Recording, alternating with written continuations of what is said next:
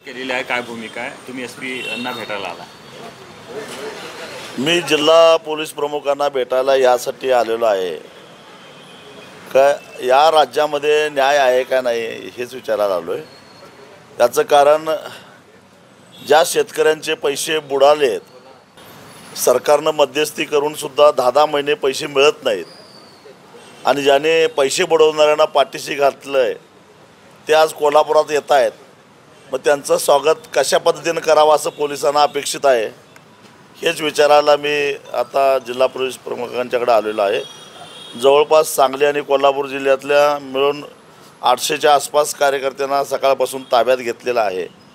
नेमका आम्ही गुन्हा काय केला आहे? काय दरोडा घातला आहे? चोऱ्या केल्यात? काय केलं आहे? आणि चोर दरोडेकर मात्र राजरोसपणानं कोल्हापूर जिल्ह्यामध्ये येत आहेत आमच्या जखमीवर मीठ चढायला। त्यांना जमत नव्हतं तर मध्यस्थी का केली, एवढाच आमचा सवाल आहे। स्वाभिमानी शेतकरी संघटना या आजच्या आंदोलनावर ठाम आहे का?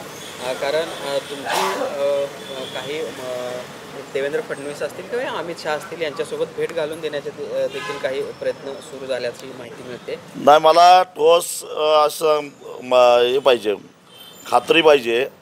नुसतं भेटण्यासाठी आम्ही आंदोलन नाही करत। 10 महिने झालं सरकारनं मध्यस्थी करून दिलेला शब्द का पाळला नाही? कारण मुख्यमंत्र्यांच्या एका शब्दाखातर एका फोनवर 10 तास अडवून ठेवलेला राष्ट्रीय महामार्ग आम्ही खुला केलेला होता एका मिनिटामध्ये। मुख्यमंत्र्यांनी काय केलं पुढं? का नाही मध्यस्थी पूर्ण केली?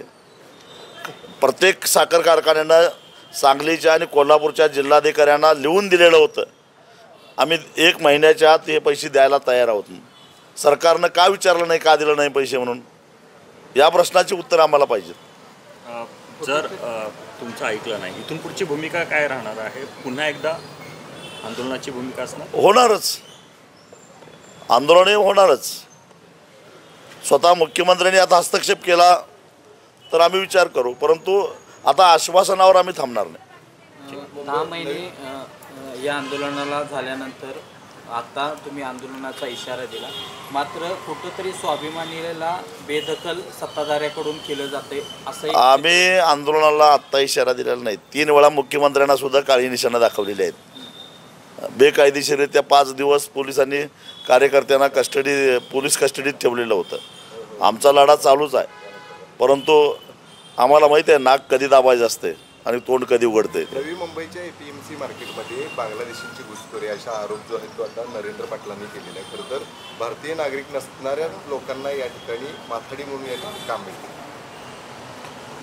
नेमकं काय मला माहिती नाही आणि अपूर्ण माहितीवर बोलणं योग्य नाही। मी नंतर असेल तर आणि मुळामध्ये शेतकऱ्यांचा माल जो आहे तो ग्राहकांच्यापर्यंत पोचला पाहिजे आणि तो पोचत असताना तिथं जे काही काम करणारे कर्मचारी आहेत ते नियमानंच, त्याचेही काही माताडींचे नियम आहेत, त्या नियमात आहेत का नाही बघायचं काम प्रशासनाचं आहे।